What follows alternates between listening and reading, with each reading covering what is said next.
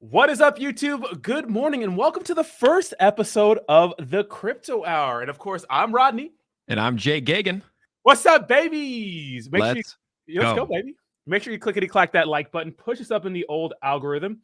And this is going to be a new format for Tuesdays and Fridays. So Tuesdays on my channel, we're going to have Jake G here for the Crypto Hour at 8 a.m. Pacific Standard Time. And on Friday at 9 a.m. Pacific Standard Time, directly after Coffee and Crypto here, we're going to migrate to Jake's channel for the Crypto Hour.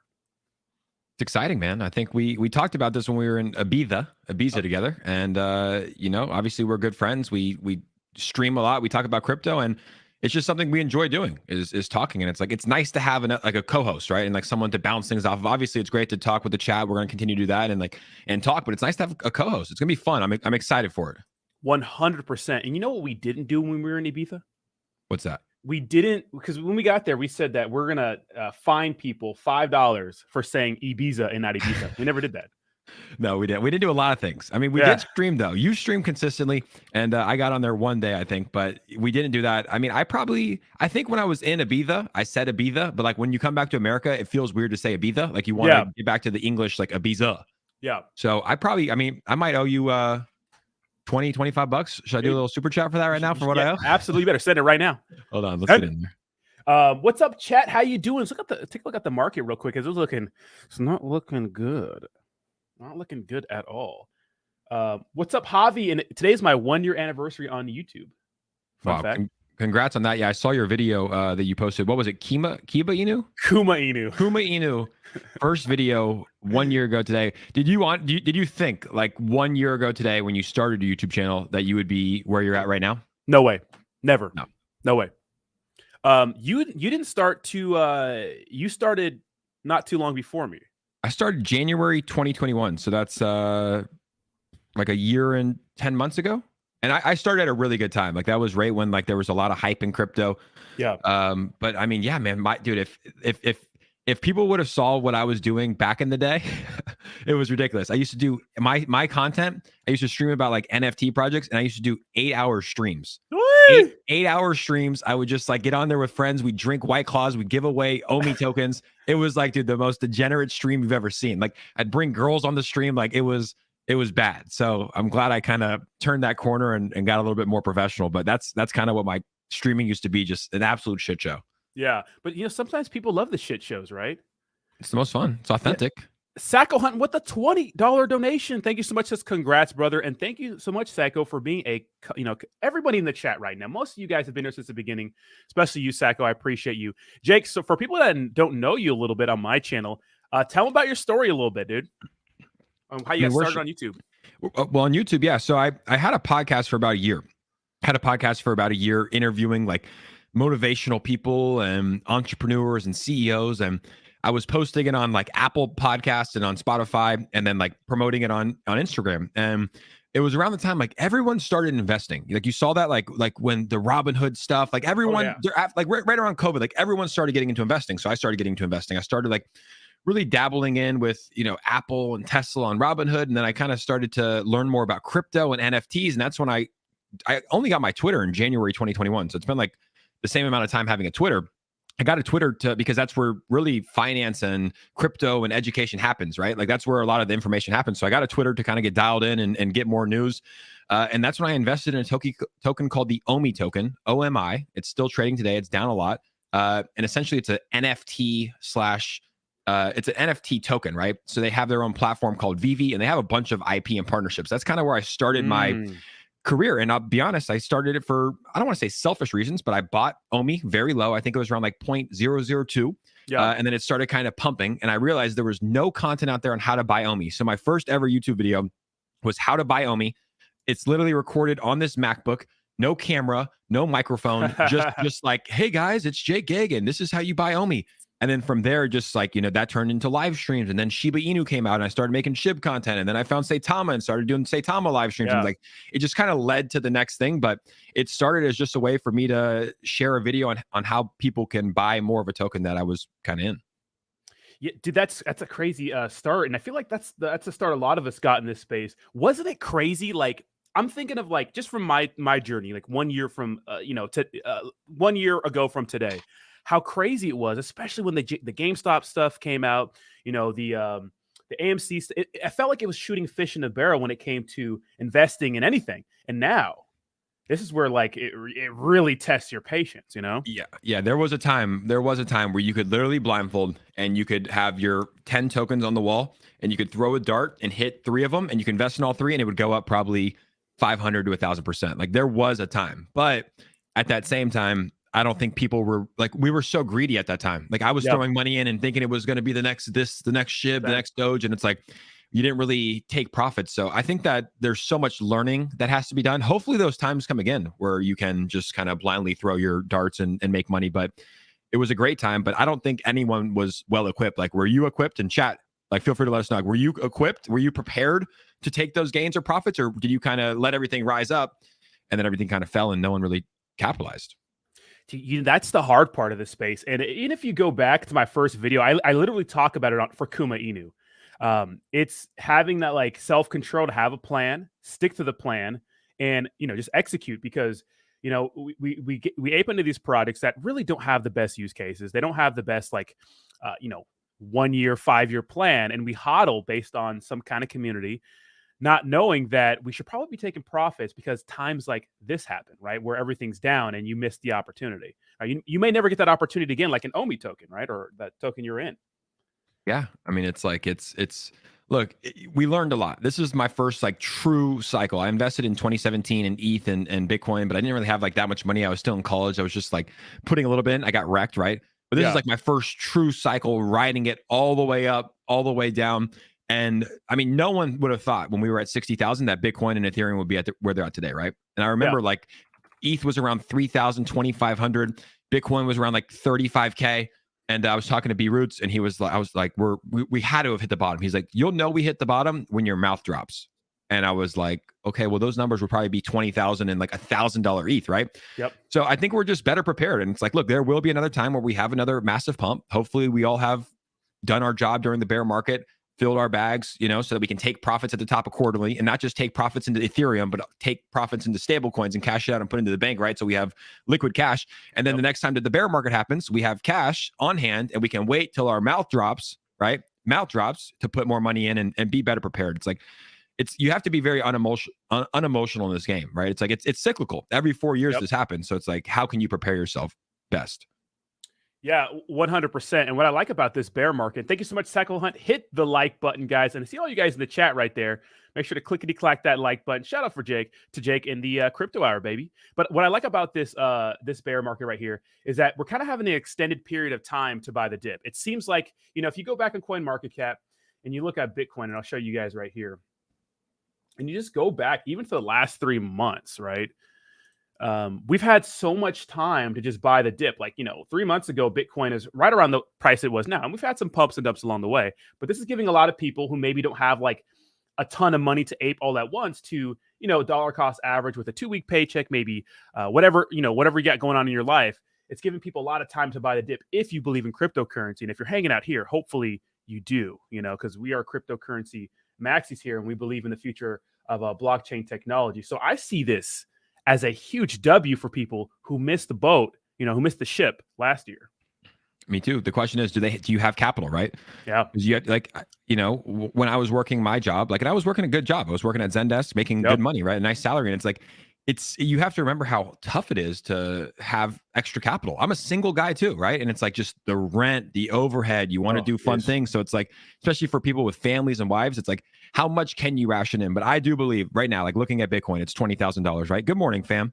Let's say you put in $10 a day, $5 a day, like that will pay off long-term, right? Like this is a great time to invest. Obviously, I believe that, not financial advice, but it's like putting in money now as hard as it can be because you see the bad news about inflation, you see the war. It's like, this is the time to invest so that it will pay off. And then hopefully, like I said, you're smart enough, you're aware enough during the next cycle to take profits, and it's a good investment. Shout out to Awesome Austin. What's up, Austin? What's up, baby? Yeah, very good point. And people always say, well, it's going to get worse. Oh, it's going to get worse. Well, first of all, we don't know. That's why we always dollar cost average. We think it's going to get worse because it could, especially with, talks of nuclear things going on with Russia and Ukraine, Black Swan event, But the way I look at it is like this. And we've talked about this a lot. is like, if you believe in cryptocurrency, right? You believe in the future of cryptocurrency. You think that something like Bitcoin or tried and true products are going to go past their all-time highs. Say Bitcoin does dump some more, fine. But at the same time, buying a 19K Bitcoin is sure a hell lot better than buying a $69,000 Bitcoin, right? So you're still getting at a really, really fat discount. Yeah, I've bought Bitcoin in the 60,000s. I remember.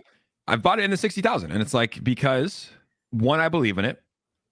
Two, I was also, it's like when things are pumping, you think they're going to pump forever. Like, I was buying it because I was listening to, what's his name? Chamath, like the former Facebook executive. And he's like, it's at 50K now, then it's going to 75, then it's going to 100, then it's going to 250, right? So it's like, you kind of fall into those traps and cycles. I wasn't buying a lot of Bitcoin at that time, but it's like, oh, well, hey, if it's going to go to 100 or 250, I might as well get some.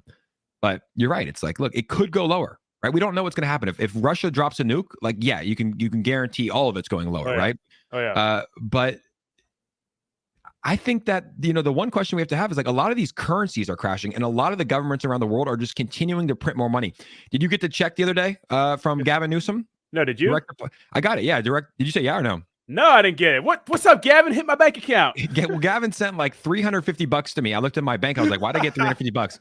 Gavin sent me a Venmo. Yeah. And for those that don't know, Gavin Newsom's, no, not a Venmo. Gavin Newsom's the governor of California, but they sent $9.5 billion out to California residents to fight inflation. So what do? They printed more money to help fight inflation more. It's like, they just don't understand that this is like, it's going to be a never ending cycle. So personally, my hedge is Bitcoin. I think like these currencies, a lot of these currencies are going to crash.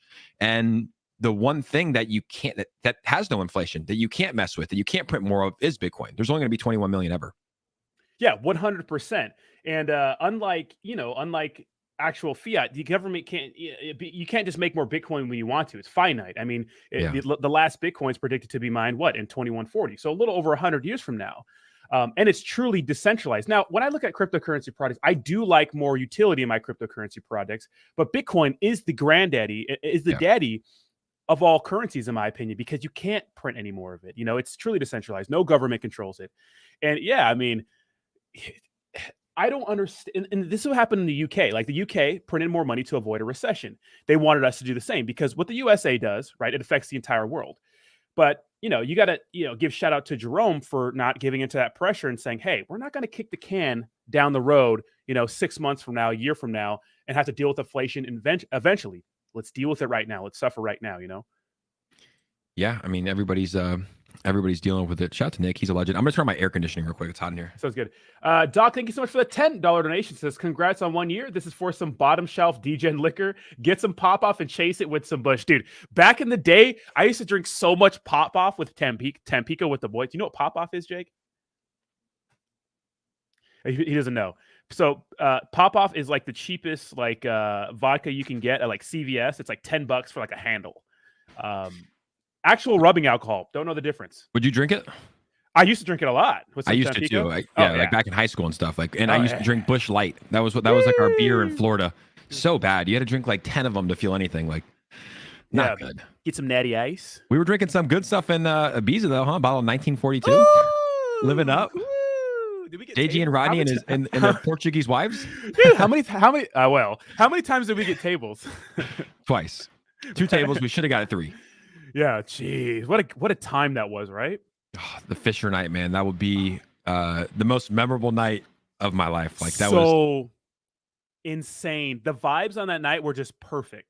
The best, dude. That was like it was such a cool night, and then just the bonding that we did with our 4 friends that were there. It was it's a movie. Yeah, an actual movie. It's Ibiza. It's good to be out there, mingling with, other people. But with the boys at the table with good liquor, just good vibes. Like, what a night, Can't beat it. We got to do it again sometime soon. Oh, we will. Nick with the $20 donations. Nick P says, great to see you live together. I follow both of you and would encourage others to as well. Great people producing great content is becoming rare. Please keep these collaborations coming. Congrats on the anniversary, Rodney. Thank you so much. Appreciate you. Shout out to Nick. What a nice comment that is. Like, on a Tuesday morning to send in $20 and write something so nice. Like, we need more people like Nick in this world. Yeah, I've been reading my comments lately, and people are just going. Once I start making content about Saitama, hello, Crypto Shop. What's up, baby? What's up, Tavares says. Congrats on 1 year, bro. Seems like yesterday I was sending you photos to defend Saitama. How far have we come? Yeah, Crypto Shop was a huge advocate for Saitama and Satamask, and kind of turned the corner when a lot of people did over in January and stuff like that. So appreciate you, Tavares. We all were, it's like we all were. You were really the first one, the first YouTuber, I would say, to come out and start calling it how you saw it. And it was like, I was making like bullish content at that time, and I would watch your videos and I'd be like, wow, he's got a point here. Wow, this one maybe is a little bit far off. I don't know. Like, and then like, wow, he's got a point here. He's got a point here. And then like, I remember you dropped that Steve at Rocket Crypto stuff. And I was like, is this real? Like, are these real text messages? And then like Steve like disappeared. I'm like, okay, well, if Steve's on the team and he's saying it, like maybe there is something, right? So I think it's pretty cool, man. I think, and I saw you tweet about it the other day, like it feels good to be vindicated, but it's like, there's something to be said about that. Like you went against the grain. You went against everybody online. Like you took so much shit, but you stuck true to yourself, like in your word. And it's like, and I'm not saying the project's dead or it's never going to make a comeback or something, but it's like, it's cool that you didn't just go with what everybody else was doing. And I think you did for a little while. And then like you kind of, your eyes opened up, but I think that's a powerful message that kind of like speaks to your character. Like you're not just going to do it because everybody's doing it. It's like, even if you take shit and like are going to get heat for it and like you got a lot of shit for it, you kind of stuck true. And now it's like, it's, somewhat looking like some things are coming true. Yeah. Well, of course I made my channel called my Kuma Inu journey. But then the funny thing about that first video is that you could see Saitama and Shiba Inu in my fucking DeFi wallet. So people were like, hey, well, why'd you make videos on Saitama? So, and I start to make videos on Saitama, Shiba Inu, and Saitama, clear winner. Most subscribers, most views, more than anything. Like people were like, so I was talking about it.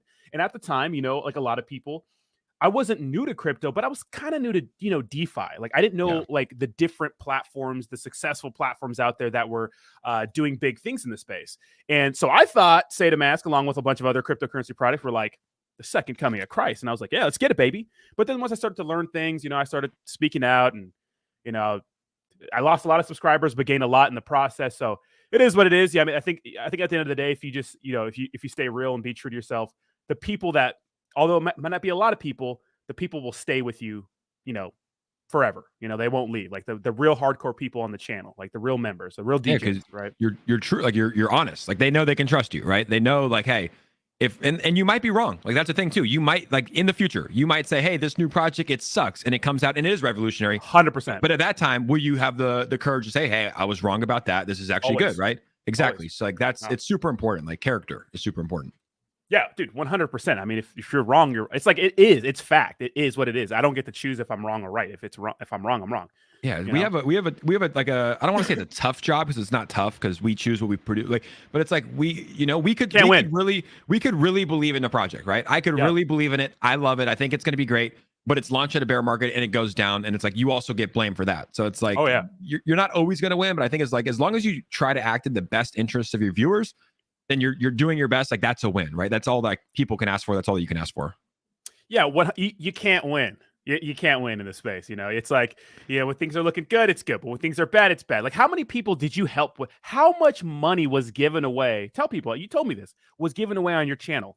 At the all-time high, $8 million. $8 million in tokens. Yeah, at the all-time high. And from some guy, web surfer guy, still don't know who he is to this day. He would just donate every night. I'd pop on at 4:30. There'd already be a chat in there. Hey, Jake, just send in 1 trillion tokens to give out. I'm like, dude, what? Like, we're giving out tokens like that. So, yeah, $8 million, I think, is what we calculated at the all-time high. That's crazy. I give $300 in USDC. I'm feeling great. You know what I mean? Yeah, I do that now too, right? And it's like it's great. This guy, I don't even know who it was. I think he was just like a whale or whoever it was. It was obviously because like the show was obviously helping him, right? Or else 100%. He wouldn't do it because he probably had a massive bag. And he started like the giveaways like when I first started streaming. So it went from like a 50,000 market cap to a 7 billion. So obviously the giveaways, as big as they were helping him and his bag. But yeah, we gave away a lot, man. We, even just from the content, like finding it, like how many people made money, it's like, I remember we were on a stream, and I think I actually told us on your stream one time, but I was like, it was near the all-time high, like a 6 billion market cap. I was like, guys, put in the chat how much you invested and how much it's worth now. And people were like, regular people like you and I were like, I put in $3,000, it's worth 85,000. I put in $10,000, it's worth 3 million. I put in $600, it's worth 56,000. And it's like, that's a good feeling. Like, that's why we do it. Now, did everybody take profits? And, is the price at where it's at today? I don't know, but it's like, you can only do so much, right? But that's kind of why we do it. It was a cool journey, cool ride. Dude, 100%. Let me read these donations real quick. We have $5 from Brandon, says, don't worry, everything being worked on the back end. Utility running by end of year. So, geez, you guys are blessing. God damn. Ryan what's up, Patty? Says, how you doing, Ryan? Good to see you back. Dude, what the hell? Get back on here. He's a legend, bro. We love Ryan Patrick. Dude, legend. Ryan, we love you. We actually had a whole conversation about you in in Ibiza. Says, one hell of a year. Congrats on your YouTube anniversary, buddy. Glad you're celebrating properly and traveling. A big world to see out there, y'all. Perhaps I'll have the pleasure to meet you boys somewhere amazing soon. We'll love that. And Ryan's been traveling literally Ryan just lives out of a suitcase, right? Yeah, he was in Southeast Asia for a while, Bali. L says, L with the $40 donation says, for the first year since I was there, for the 1 year I was there, since the beginning, you called me AI. I did call you AI because there's another AI. I called him AI forever, but there's an AI though, To be honest though, like the way the YouTube font is, like it looks like AI. Like it does. Thank you so much, Al, for the $40 donations. Al's probably just like, dude, I'm not AI. Thank you, AI, for the $40 donation. AI. Okay. But yeah, man, it's like, if there's one thing we can encourage, guys, is like some of these cryptocurrency projects, these meme coins they're not all for naught. Like, they are there to make you some money sometimes. Now, the truth is a lot of these products are here for a good time, not a long time. But if there's anything we can stress, it's like, have a plan. When you invest, go in with a plan, right? If you're investing into Cardano or Ethereum or BNB, obviously it's not applicable, right? But if you're investing into Parachute Inu or CoinMarketCap Inu, make sure you have a plan, stick to your plan, take profits, make money. The outcome has to be income, right? What is your plan? Do you have like a exact plan? Because I know like B Roots has like it dialed into a science. Like he has like a video called The Laws of Meme Coins where he dials it in. Like, do you have an exact plan, or are you kind of just like, hey, I invested here, I'm up like 4x, I'm gonna take some profits? Like, is it, or do you have like a dialed in plan? Yeah, usually I like to do a 4x. A 4x makes me feel good because when I take half my profits, I know I still have half in there. And then that's a nice little moon bag for me. Like, for example, we had a play that I got into recently. I put $1,000 in. It got to $5,000, and then, that's different, right? But I took half that out. So now I'm up, 2.5x from what I put in. So that's my plan. So usually it depends where the market cap's at. It depends how much momentum's behind it. It depends, on a lot of different things. But I don't have any emotion anymore, because back in the day, it used to be, all right, well, this is going to be the next Saitama, or this is going to be the next Shiba Inu. So quick question for you. Do you think there will ever be another Shiba Inu? Yeah, I think in the next cycle, I think there will always be new tokens that catch hype. I mean, we're even seeing it right now during a bear market, like proof of memes. Obviously, it's not at the point where it's at, but like, dude, like these guys, and I didn't get into this at all. B Roots and Ian Heinz, like they called it like 150,000 market cap. It went to an $80 million market cap, right? So like in a bear market, that is a Shiba Inu. Like that is, if anybody got in that's a Shiba Inu. But I think, during the next cycle, there will be another token that comes out that catches the hype, that has the community, that has the YouTubers, that has the use case, that has the development. Like, there will be another token that pumps up. Like, if you would have asked that, hey, people said there will never be another Dogecoin. And then Shiba Inu came out and did it, right? And Saitama kind of did it, right? Like, in a sense. Like it went to like number 65 in the world, like a 7 billion market cap. So I think there will be other tokens that have a perfect storm. No, I don't think there will necessarily be another Shiba Inu, but there will be other meme coins, altcoins that creep into the top 50 in the next cycle. Dude, can you believe this thing? $41 billion market cap Shiba Inu. Crazy. And when it comes to market cap, I don't think there will be another meme coin that's Shiba Inu, but the chances for you to 100x, 1000x will be there. $41 billion with a swap that's on the Ethereum blockchain. It's no different from using Uniswap.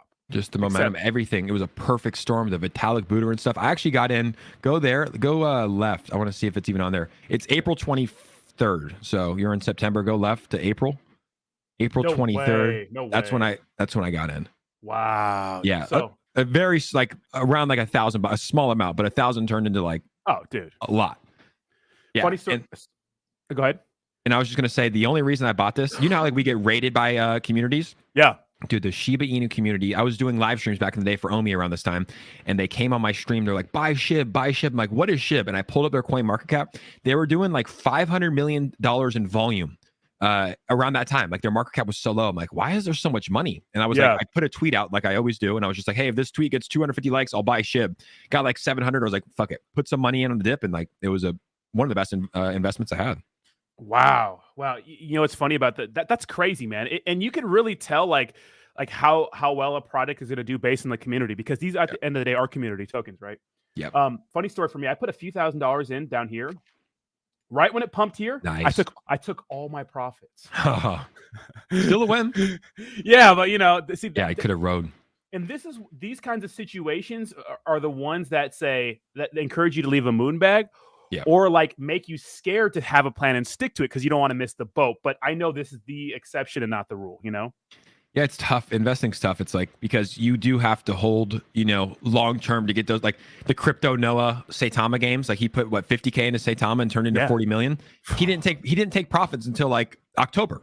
He didn't touch it until October. Like he had like 20, 30 million and didn't touch it until October. But you also, I try to do that with Mononoke. I put money in and it went up. Like I put like, I don't even know, a good amount in and it went up.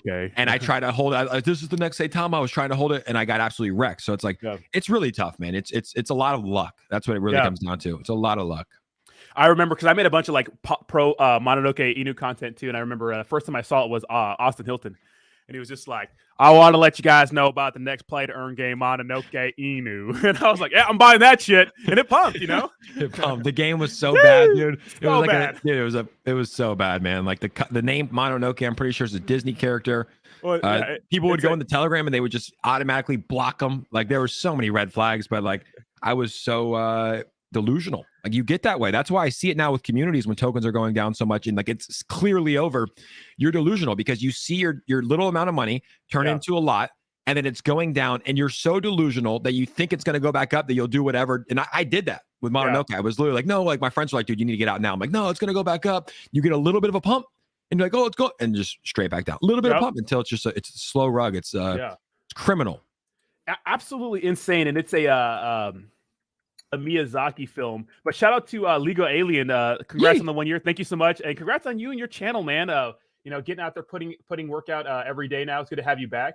And Legal's been here since the beginning, and Legal actually won because I gave away like 9 ledgers on my channel. I think nice.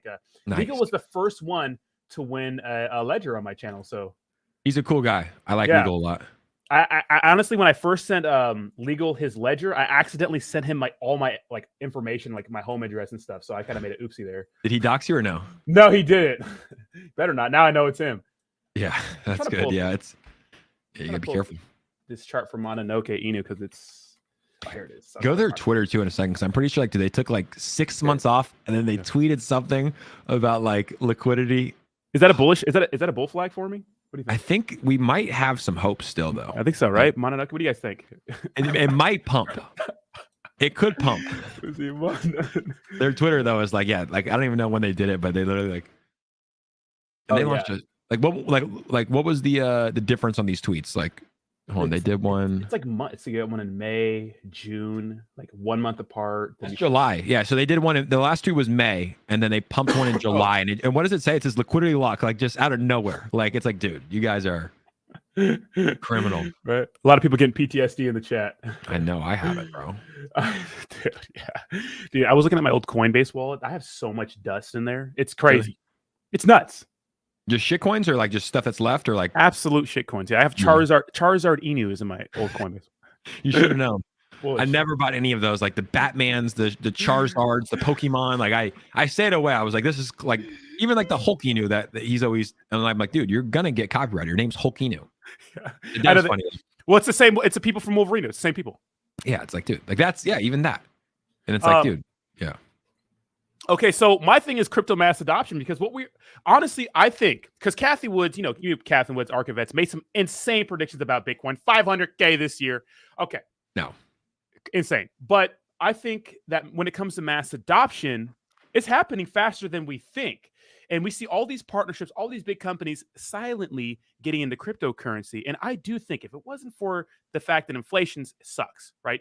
that there's all this uncertainty around the world with China's economy and then the war, that crypto would be doing a lot better. 100K Bitcoin? I don't know. But I think we'd be a lot better and bigger from where we're at now. Mass adoption, how do you feel about that? What do you think? mean, it's obviously coming. It doesn't take a genius to know that mass adoption is coming, right? Just the number one arena, probably the biggest arena in the world, at least in America, right? Besides Madison Square Garden, it's up there. Yeah. Kobe Bryant's house is now Crypto.com arena.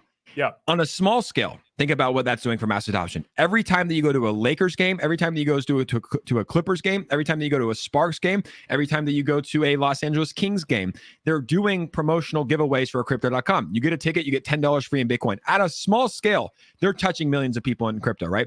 That's happening all throughout different sporting events. There's crypto sponsors on NASCAR on race cars. There's crypto sponsors on basketball jerseys. There's crypto sponsors on soccer jerseys. There's countries that are adopting Bitcoin. There's massive companies like Tesla that did adopt Bitcoin at a certain extent. So it's slowly happening. It doesn't take a genius to understand that soon there will be mass adoption. We should all be very, very thankful. I just traveled the world for 45 days. I talked to everybody about my job, what I do with crypto. Less than 1% of people that I talked to in Europe even owned any crypto at all, or 100%. even knew what it was. So we're so early. It's coming. I think it's happening quicker in America first because we have companies like Coinbase that are planted here in America. And I don't know. I think it's just it's easier in a more educated society, in a capitalistic society, to kind of grasp it. But it's still slow here. But it's coming. There's no doubt. We're early. I think by the year 2030, we're going to see a lot more mass adoption. After that, it's just going to keep on going. 100%. And this is what I like to see. First of all, we read some donations. We have Bud Yeti says, guys, don't sleep on mobile. Oh my God, we got a shill here. What's up, Bud? How you doing? Luckily, Bud's been here since the beginning. We're pre-launch on mobile site. I'm sure it's good. I'm sure it's the next Bitcoin, baby. Thank you so much, Bud Yeti, for the $10 donation. Javi with the $50 said, congratulations on 1 year. Javi? Hope to be crazy. Hope to be here for in the next bear market. Thank you, brother, for staying real. Good luck in your journey. And thank you so much for all the donations, Javi. God damn, boy. But dude, you are so right, Jake. And when it comes to talking to people about cryptocurrency, few people understand cryptocurrency, or it's even on the radar. Now, this chart is super bullish for me. I know it's not the best one, but internet versus crypto adoption. Don't you just feel like you're in on something before anyone else? Like you have a secret? We are. I mean, there's so few people, but it is so complicated. Like you and I have thrown ourselves in this every single day. Remember when we first started? We both started, right? Like different times, but like same. You were kind of sharing the story. Same thing. When I first started, I didn't know how to use Uniswap. I didn't know how to. I didn't know what a DeFi wallet was. I didn't know how to send my wallet from my crypto from Coinbase to my Trust wallet. Right? Like it was so confusing. So there's such a learning curve, and most people. One, they think they're late, right? They see, Bitcoin. I hear the stories. Bitcoin was $1 one time. It's 20K. I'm too late. Two, the learning curve is so strong. Like it is confusing. It is confusing for the average human. Yeah, it is 100%. They don't understand it. But I mean, it's just like the internet, right? Like how many people were opposed? First of all, we see the same trend where you have all these cryptocurrency products being built up, not really cryptocurrency, but using cryptocurrency. Like .com would be used on random ass businesses that had nothing to do with the internet because it's a fad.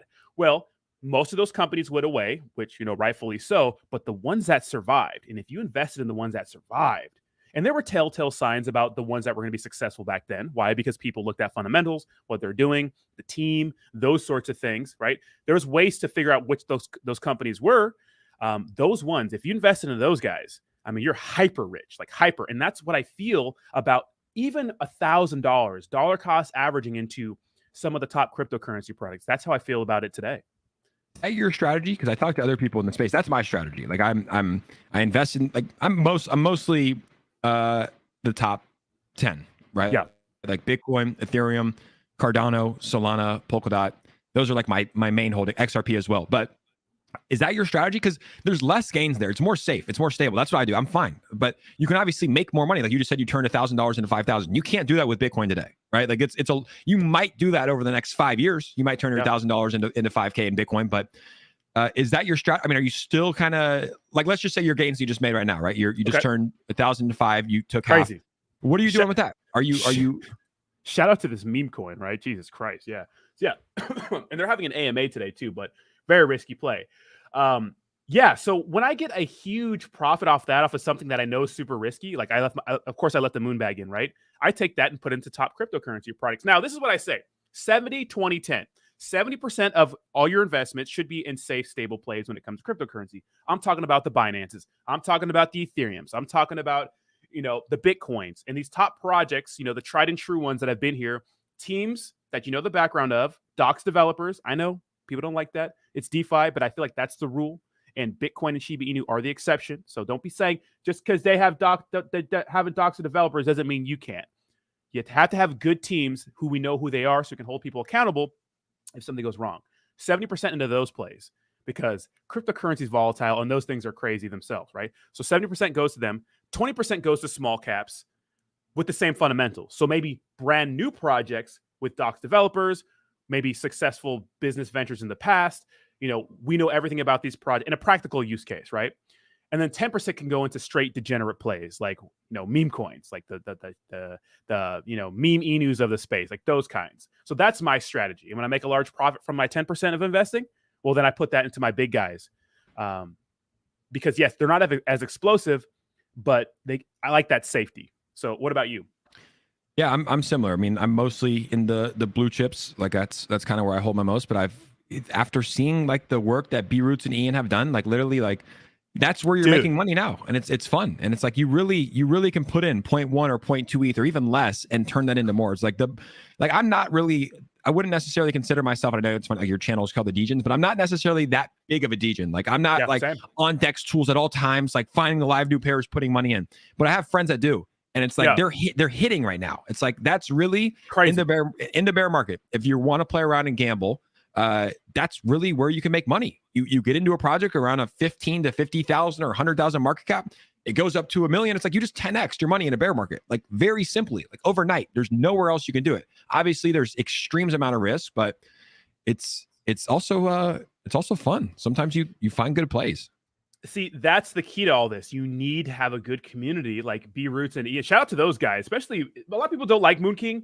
But I like him because it kind of reminds me of me in a way. Like he just says what the hell he wants to say, regardless of the consequences. And I think that's super respectable. He's great, dude. He's one of my good friends too. And I think a lot of people have to understand like his background. He was in the WWE. So like he literally has like stints. He didn't actually wrestle in the cage, but he trained for like 8 years. He was like traveling. He was like a backup. Like the guys that would come out like when there was like an issue. Yeah. But his whole persona is like that WWE marketing persona, like the Colby Covington, right? Like. Because I'll be honest, and I don't know if he'll like me saying this, but like we do live streams. Whenever the stream ends, the glasses come off, the Versace hat comes off, and he's now Byron again, right? So it's a persona. He's a good guy, and he's look, he makes his investors a lot of money. Like he makes good calls. Like people follow that guy. So you might not like him, but it just track his calls and see how they do. And a lot of people are making a lot of money from the Moon King. 100%. And I do dabble in a lot of degenerate stuff off of my YouTube channel because I feel like right now, like I know some people, I know some groups, and I feel comfortable doing that, but I don't want you guys to do that because I don't know if you guys are like, cryptocurrencies, it's crazy. Like you really got to not stay on the charts all day, but you got to pay attention to it. And a lot of people won't do that and they'll hodl and they'll put their last $100 in that. And that's not what I want, but there is money to be made in this space, especially right now, if you know where to look. So we'll have to see what's going on with Moon King and Ian. They got to come on the show sometime, man. Yeah, we'll get them on. And I think we might. Are you still coming on Thursday? I think they're with Dom. They're coming on Thursday with Dom. 9 a.m. Right? If not, we'll do it again. But yeah, I think us four would have good chemistry too. So maybe even next Monday, we do it every day at 9 a.m. Come on the Crypto King show and shoot the shit. I think it would be good. It would probably be the most entertaining show in crypto. There's no doubt about that. Oh, 100% I'm down. So if it's Thursday, let me know and I'm 100% this Thursday down. And then Monday. Thursdays with Dom and then Monday's just the Crypto King. So we'll set it up. But yeah, it'll be the most. Your audience would love it too because I would love to see you and I would love to see you and B Roots interact too. Like that'd be good. That'd be interesting. Yeah, it's two comedians. Yeah, 100%, bro. 100%. Makes you want to make some of those more those comedy videos I used to make with like Shibnobi and Saitama and what. How about Shibnobi? Oh, let's not even go there. That's like let's actually go there. Let's go. Yeah, people think Saitama's bad, but to me, Shibnobi might be a little worse off. So Shinobi, I mean, dude, it went from $1 billion market cap, and then I mean, you could probably pull the chart. I think it's around like a 13 million. Not good. And they're still doing like their AMAs and shit. And I remember I used to like pop on their live streams or something. They'd have like 1,000 people in their AMAs. Now they have like 40 people in their AMAs. Like they're migrating to a new token. It just doesn't feel good. Oh, no way. That's so bad. The thing about they haven't launched a new one. No. The thing about Shinobi, which really got me, and I just could never look past it, is the obligation they had to the people who bought it on the pre-sale. The airdrops they received every like quarter, every 5 months or something like that. Like, to me, that wasn't good. And what you noticed is that every time they got those airdrops, somebody would sell. As a matter of fact, there's some person named Power Right who's in my community who was a pre-saler who wants to come on the show and give his side of the story and actually tell us, maybe we can get him on this show, tell us the exact like requirements that were, kind of expected from them when they were angel investors. Because here's the thing, in this space, if you're saying, hey, give me an ETH to invest in a Shinobi, and you cannot sell when we airdrop, you have to promise not to, dude. Jake, if you made 3 million, if you invested 3 ETH, right, in a project, and you made $2 million, and your only obligation was a metaphorical handshake, no, dude, I'd probably sell. I would sell 100%, right? You have to do a contract, like even when you sign with a company, right? Like when you get stocks at a company, right? Like a traditional company, it's like you have a vesting period. Like you need, that's how you know it wasn't set up good from the start, because they didn't have a vesting period. You're telling a bunch of degenerates that, hey, you can't sell when their token is at $5 or $6 million. No, that's on the team. That's on the team. So yeah, I think it was wild. That one I never invest in. I don't know why. I don't like to talk shit on projects, but it's like it never felt good from the start. It's like they had a bunch of these different influencers that were out there, talking about it, and usually I'm like, oh, they're talking about it, it's probably a little bit too late, and just like the charts didn't look good. There was that shit. Faltron was exposing Cliff for some wallet stuff. Like it just didn't look good from the start. Now it's not looking great. It's not looking great right now. No. Well, we know those guys are balling out of control. They're not missing a meal. I'll tell you that. Do you remember the Rampage Jackson ad that they did? And like, dude, they showed a wallet that had $25 million worth US dollar value of Shinobi. Yeah. Like you can't make that up. Like someone actually had $25 million worth of Shinobi in their wallet. So it's like, whose wallet was that he was holding? Was it his? Was it the founders? Like, yeah, it wasn't a community member. I'll tell you that. 25 million at the time. I was like, holy shit. Yeah, dude, 100%. And like what Faltron exposed, like they talked about, but it's still shady. Like you're airdropping a lot of people tokens every so often, and they're cashing out every time. Like the first cash out was one lady cashed out $6 million, and each time they had a dip was because of those cash outs, those withdrawals. Yeah, take profits responsibly. How about Faltron though? He's like a undercover investigator. He also, you guys had beef. I met Faltron in Vegas. He's actually a nice guy. I met him. He threatened to beat me up and kill me. We're friends now. We're cool. But I thought it was funny. Yeah, I mean, people get emotional when you if you're talking about their investments, it's like people get emotional. But I think he's emotional, but he's a good guy. But he's doing that like reporter stuff. He's doing the investigative reportive stuff. He can read Etherscan very well. Let's just say that. Yeah, I think that the last few months of him like really trying to expose certain projects in the space, I think that's more than made up for all the BS, in the past. Yeah, exactly. But I think you guys would hit it off. He's a New Yorker. He's a cool guy. Dude, how about him getting CoffeeZilla in the Twitter live space to talk about, do you think CoffeeZilla makes a video on Saitama? Yeah, I'll tell you what. If CoffeeZilla is in a space like that, bro, it's not going to be good for the project. Like he exposes every crypto influencer that's scamming. He exposes every crypto project that's scamming. He exposes different scams like Alex Mashinsky and Celsius most recently. Bro. And I was listening to the space. He was in the Saitama space, and he was very aware of the project already. It wasn't his first time. He wasn't asking questions like, wait, so what was the event? What happened? Like he was on a first name basis. He knew a lot of details. So all I can say is I probably expect a video to come out, and I don't think that type of they say all publicity is good publicity. I don't think that type of exposure will be good for a project, whether it's true or not. Maybe he doesn't have, maybe there's not enough information. Maybe nothing happened where he doesn't make a video. But the fact that he's that closely into a story and talking to, the CEO's wife in a Twitter space is like, it's probably not good for the project, I would say. Yeah, and first of all, shout out. We have 200 people in here. Make sure you hit that like button. I think it's so stupid when people say, "Oh, publicity." It's not. That's not true. Not all publicity. Not for this. No. Golly. But it is for like Trump, right? Like. Yeah. I mean, not when they were like, "Hey," I mean, I don't even know what allegations came out, but like, the more that they talked about him, the better it was for him, right? Like the more CNN was like, Trump said this, and like it was good for him. But not all publicity is good publicity. Like CoffeeZilla making a video about you is not good publicity. Absolutely not. Wrong dude. publicity. Yeah. Yeah. Shout out to Safe Moon. Real quick on the Celsius thing there. Did you watch that video? That was crazy. So I have PTSD. I still have money trapped in there. Oh no, dude. So okay.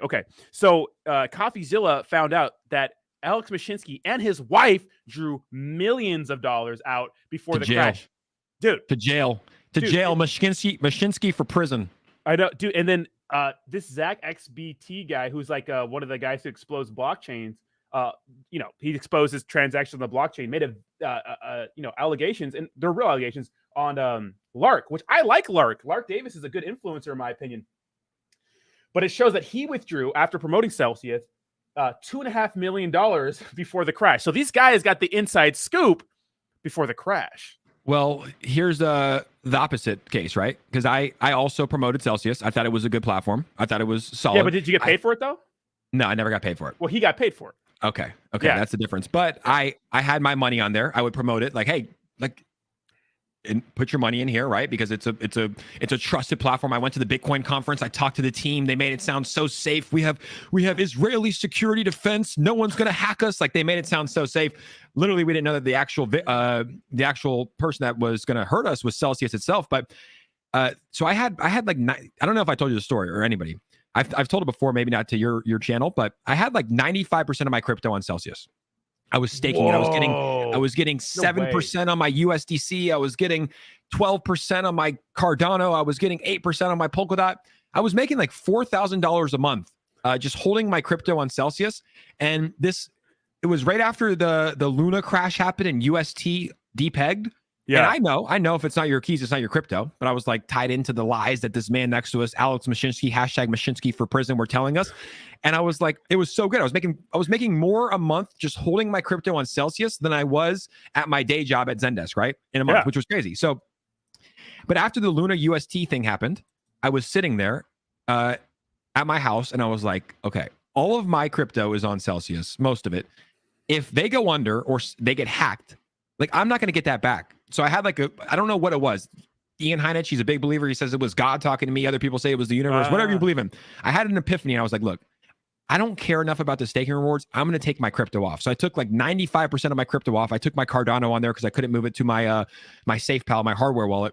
And 20 days later, they froze withdrawals and everything from Celsius. So I literally 20 days, dude, I would have had 95% of my crypto on Celsius. 20 days, I pulled it off. So divine intervention. Yeah. So it's like, so maybe Lark had something similar where it was just the writing on the wall where like, hey, the Luna shit happened. UST depegged. We all know it's not your keys, not your crypto. Was it inside information? We don't know because I did the same shit. I don't have inside information. I hate this man that left me. He still has like $50,000 worth of my Cardano on there. Banks are not your friend. Banks are not your friend, bro. Banks are not your friend, dude. This guy he's a scammer. He needs to go to prison. But so that's why like I always play devil's advocate, especially with Lark. Like maybe he's just like me, where you're in the crypto space, you know that shit's not yours. You saw what happened with Luna, and you're like, okay, I'm gonna pull off my crypto because it's not safe. So there could be a flip side, right? I don't know Lark. I don't know the story, but that's what happened with me. I was just like, oh shit, the crypto market's not looking good. This isn't my crypto. I'm gonna take it off. There was no insight. I can't imagine as a paid influencer from them, he didn't get some kind of inside scoop. Like it was like a week before. Like BitBoy Crypto was a paid influencer and he didn't get an inside scoop. Oh, did he lose money in Celsius? Yeah, he had he was suing them. He had a shit on there. Like, oh yeah, he did try to sue them. Oh, so maybe Lark's a smart guy. I mean, dude, like I literally read the writings on the wall of the crypto space. Shit was crashing. Luna UST. So it could be true. We don't know. But I mean, if BitBoy Crypto didn't get an inside scoop, like, hey, we're going under, there's a chance that Lark didn't either. You know what this bear market really exposed, and I think a lot of people should pay attention to this because I got jacked up by a bunch of DAOs. Any platform offering insane APY, and insane's, in crypto, insane is really high, right? Because right now staking Ethereum, you get 6 to 8% a year. Can't get that in banks. But what we do know is that platforms offering insane interest rates for staking, you got to stay away from those guys. Like Anchor Protocol, 20%. Once Anchor Protocol fell for Terra Luna, well, then we had Celsius. Then we had Voyager, right? 3 Arrows Capital situation. And Crypto.com, remember they got rid of all their high APY awards for some of their cards before this happened? So maybe they saw the writing on the wall and they saved themselves a lot of trouble from the same thing, It's just not it's not attainable. It's not possible to pay 20, 30, 40%. Like, where is that money coming from? Like they're taking it, like what Celsius and Voyager did. They took our money and they went and reinvest. Like they would give us 10% and they would reinvest it. And a lot of them, these two invested in 3 Arrows Capital to get 20, 30%. But then when 3 Arrows Capital was out leveraged and they went under, so did Celsius. So it's like, I personally just think that these guys should go to jail. Like Kim Kardashian got fined by the SEC. I think that Steve Ehrlich, the CEO of Voyager, and Alex Mashinsky should go to prison, not jail, prison for 5+ years because of how negligently they ran their business practice. They literally took their customers' money, painted these beautiful pictures about how your money's safe and you get staking rewards, and they riskily invested it into high risk investments, lost it all, and they should have to pay for that. They lost hundreds of millions of dollars of everyday people. They should have to pay for that. 100%. People think like these cryptocurrency products. Shout out to Classic Crypto in the chat. What's up, baby? Classy. I'm looking at your Instagram videos. Can you stop yelling at me? They're so aggressive. He's not. I gotta follow him on Instagram. Yeah, I follow him on Instagram. Classic Crypto. Like he made a Instagram post and he's like, "It's like, God damn, bro, it's 6 a.m." I gotta follow him. But a lot of people that want to hate on a lot of these meme coin projects, they have nothing on what some of these exchanges promised. And banks are not your friends. I mean, I read a story of a chick who saved up $1 million and put it all on Voyager. Like she spent 30 years. Like imagine saving up $1 million cash, like busting your ass. It doesn't matter what income you, unless you're absolutely making insane income. Well, then maybe you can get $1 million. But the people that make $100K a year or $150K a year, $200K a year, like that's a grind, to all just be gone, like in a blink of an eye. Yeah, that's a true crime. That's my biggest loss right there. Voyager of the year. Yeah, absolutely. It went to $7, and then they went under I think it's like 50 cents right now. You can't even sell it. Yeah, it's just a bummer. That's what it comes down to, dude. Like people losing money like that is just a bummer. It's not good. People losing their life savings, like having your life savings locked up on Celsius. Yeah, it's not good. Insane. And I was watching the Mark Cuban thing, and a lot of people blame Mark Cuban, but he's no blockchain expert, right? I mean, they came to him with a fat check. They were like, hey, this is what's going on. Probably promote our project. And it was doing well for a while. So I don't blame influencers, really. Wait, Mark Cuban? Yeah, and Voyager. Oh, yeah. I mean, everyone, like, dude, I was promoting, like, Victor Oladipo. Yeah. I mean, you thought it was legit. It was an exchange. It looked legit. So, yeah, you can't blame them. Yeah, 100%. Yeah. People like shit on influencers too much. Guys, we're just regular ass people. We read the news just like you, right? Yeah, exactly. I mean, especially like basketball players and like, I have the honor to work with like UFC fighters. Like they're not diving into the tokenomics and the developer. It's like, oh, they're going to pay me here. Okay. Yeah. I'll tweet about it. So you got to take it with a grain of salt, Yeah, like especially NFT projects like we saw with like Justin Bieber had one, like all these. I think the only people that promoted NFTs that are actually like doing well right now is what's his name, the that motivational guy, Gary Vee. Gary Vee, yeah, he's the only one with NFTs that are actually like at what they their all-time highs are better. Yeah, because the way he did it is like it's all about utility. It's like you get access to Gary Vee. He did it the smartest way. The artwork is so bad, but it's like you get calls with Gary Vee. You get to go to conferences with Gary Vee. You get to have phone calls with Gary Vee. So it's like, regardless of a bear or bull market, like that's always valuable. The fact that you can have access to somebody, right? Like the Justin Bieber, the Tyga, the Tory Lanez, the Floyd Mayweather, the Logan Paul, like those were just most NFTs are just money grabs. 99.9%. Usually I say 99%, 99.9% are just money grabs, especially like in this bear market. You see a lot of tokens just launching NFTs. It's like, how much money can we get from this, right? Yeah, and you guys should understand something. Like when a celebrity promotes an NFT, keep in mind they're not sitting there like we are on their laptop at at 6 a.m. in the morning looking up stuff. Literally, they have an agent that's like, "Hey, Steph Curry, you want to do an NFT? How much? Okay, you know what I mean." And then that's it. That's the extent of their research because they're so busy. If I'm Justin Bieber, what do you think Justin Bieber's doing in his free time? Not looking at NFTs. I'll tell you that. No, he's I mean, it would probably be pretty weird to be Justin Bieber. I'll tell you that much, man. I mean, he's got a pretty good life. He's got a really hot wife. He's got all the money to do whatever he wants, but he can't even go to the grocery store. Like you're that famous, dude. You can't even go get a cup of coffee without. Imagine. It would be terrible. That would be. Would you want that? No, I would hate that. Any amount of money, $1 billion. Yeah, I'd be okay. Yeah, right. I would just DoorDash some coffee. Everyone has a dude. If I have I've made a goal, dude. My biggest bill a month is fucking Postmates or DoorDash. Like I made it a goal to not do that. I can only do it on Saturday. I do it twice on Saturdays. But if I had $1 billion, yeah, that's my price, baby. Yeah, I mean, if I don't know. I think like everyone says that though. It's like you want that until you get it. You hear people talk about that. Like an extreme level of fame would not be cool. I would like a Joe Rogan level, Justin Bieber, or Drake. Dude. It's like, dude, you can't like think about how nice it is just to go to the beach by yourself and walk around. Oh, like if like Drake can't do that. You have to have security. So I really don't think any amount of money, even $1 billion, like maybe for a little bit, but I know I would get sick of it. Shout out to Richard for the $2 donation. Says play the Enoch video. No, we're not gonna play that right now. That shit, I watched that when you posted it, and Richard Ballin posted a funny one too. It's pretty funny. But look, I know Enoch too. It's like I think his intentions were good. Like, dude, he was at the Saitama event. Like, he probably saw his bank account go from very little to a lot. It's like everybody was kind of drinking the Kool-Aid. Yeah. But the receipts are not. They don't fare too well in in October. Well, we had a podcast on my channel where we debated a little bit about what he said and stuff like that. And we had our little beef and stuff. I made that whole, scammer video, and we've chatted in the DMs a little bit. So we kind of squashed, but I do roast him. I do poke fun at him a little bit, but he's a nice guy. He's a nice guy, like family man. His wallet's not looking too good right now. Oh, hell no. We need to talk to him about that. But I think really, we're just praying for Apollo Inu for him. If Apollo Inu pumps, he's good, but I'm praying. I've prayed to many different gods for Apollo Inu, not just one. You gotta get. Did you ever get in on that? No. I never did either. But charity tokens have no to me, like charity tokens are a little weird because there's no revenue stream, so Yeah, absolutely. It's interesting, but yeah, I mean the dev is an absolute G. Just the but it's like it's called Apollo Inu, It's like it's a dog. It's like but I think the dev is a billionaire.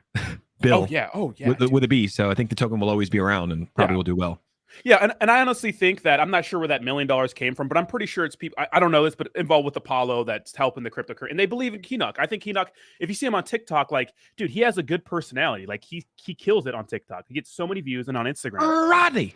Yeah. Enoch. And we're going. And this is my Binance. Are we getting on Binance? We're getting on Binance. And Coinbase. And Huboy. Proof. $1 trillion. Yeah. I will never howl for you guys, by the way. $1 trillion market cap for Saitama this year, apparently, but not doing too good getting there. 1 trillion. That's what he said. Classy owes me $1,000. Classic Crypto, you owe me $1,000. Just give it up. Just give it up. How much? 1,000? Yeah, he owes me 1,000. For what? Well, so we had a bet on if Saitamask would work. Oh, really? And he never paid me. Did you? Was it verbal? Like? Yeah, it was online. But here's the thing.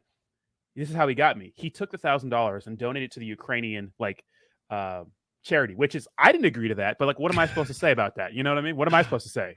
Don't do that. I'm gonna look like an asshole. Did he post receipts? He did. Yeah, he did. So he donated, but let me donate it. Yeah. And what if you don't stand for the war in Ukraine? Yeah, bro. Which you might not.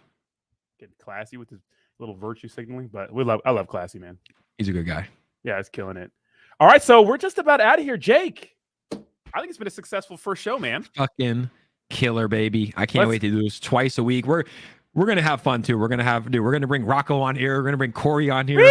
We're gonna get Rocco, bro. The first time Rocco comes, it's gonna be him at his gym, shirt off, music blaring, doing 500-pound squats. That's how I want to introduce him. But we're gonna have fun. We're gonna talk crypto. We're gonna bring on some developers at some point. We're gonna be honest. We're gonna try to make a lot of money and have fun. I'm excited for the crypto hour. There's the boys. There's the boys. These are the other two boys. We got Rocco right here and Corey. Absolute studs. Absolute studs. What a night, right? Man, that's a good picture. Dude, such a good picture. Wow. Incredible. But yeah, I'm going to pop because I told you we're being consistent every day, Sounds 9 good. a.m. PST on the Jake Gagan show. And Let's go, baby. Rodney will be joining us Friday. So I'm pop. Thanks for having us on. That was actually legit, super fun. Can't wait to do it again next Tuesday. And I'll see you on Friday. Sounds good, bro. Peace. Let's go. Awesome. So, guys, if you want to go ahead and migrate to Jake's show, handle that. I'm going to actually end my stream right now, but we'll do a 2-hour stream. We'll do a 2-hour stream Friday where we do one here and then go to Jake's channel. So go ahead and hang out with Jake, support Jake. But later tonight at 6 p.m. Pacific Standard Time, me and Bleaves are going to have a great Saitama debate. So don't miss it. It's going to be fun, action-packed. I'm going to make a link for that very, very soon. Thank you so much, Nick P., for the $10 donations. Check that out. It's going to be crazy tonight. So get ready for that. I'm going to put the StreamYard link up in about half an hour. Have it up. Get ready. It's going to be crazy. Me and Believes are going to go at it. So I appreciate you guys. Like the stream on your way out. Go hang out with Jake. And remember, we will be doing the Jake G and Rodney, the Crypto Hour show on my channel every Tuesday at 8 a.m. Pacific Standard Time. And we'll be doing the same thing on his channel every Friday at 9 a.m. PST. And of course, I'm going to be streaming every day, 8 a.m. Pacific Standard Time. So we will migrate to his channel from here to there, right? So thank you guys so much for watching. Thank you so much, Jayhawk. Actually, let me say what's up to the chat real quick. First of all, Nick P says, I agree, Rodney, that a straight up charity product may have revenue problems, but how about products that have great utility like Heroes Token, but make charitable donations?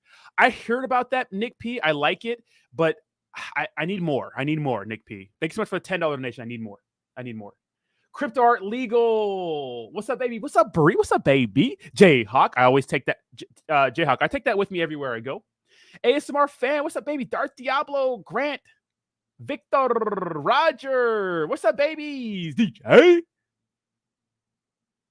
It's so good to have you guys here. What's up, Legal? What's up, baby? We're going to go ham with you tonight, guys. All right, guys. Thank you so much for watching. Have a fantastic day. And I'll talk to you soon. Bye-bye. Bye-bye now.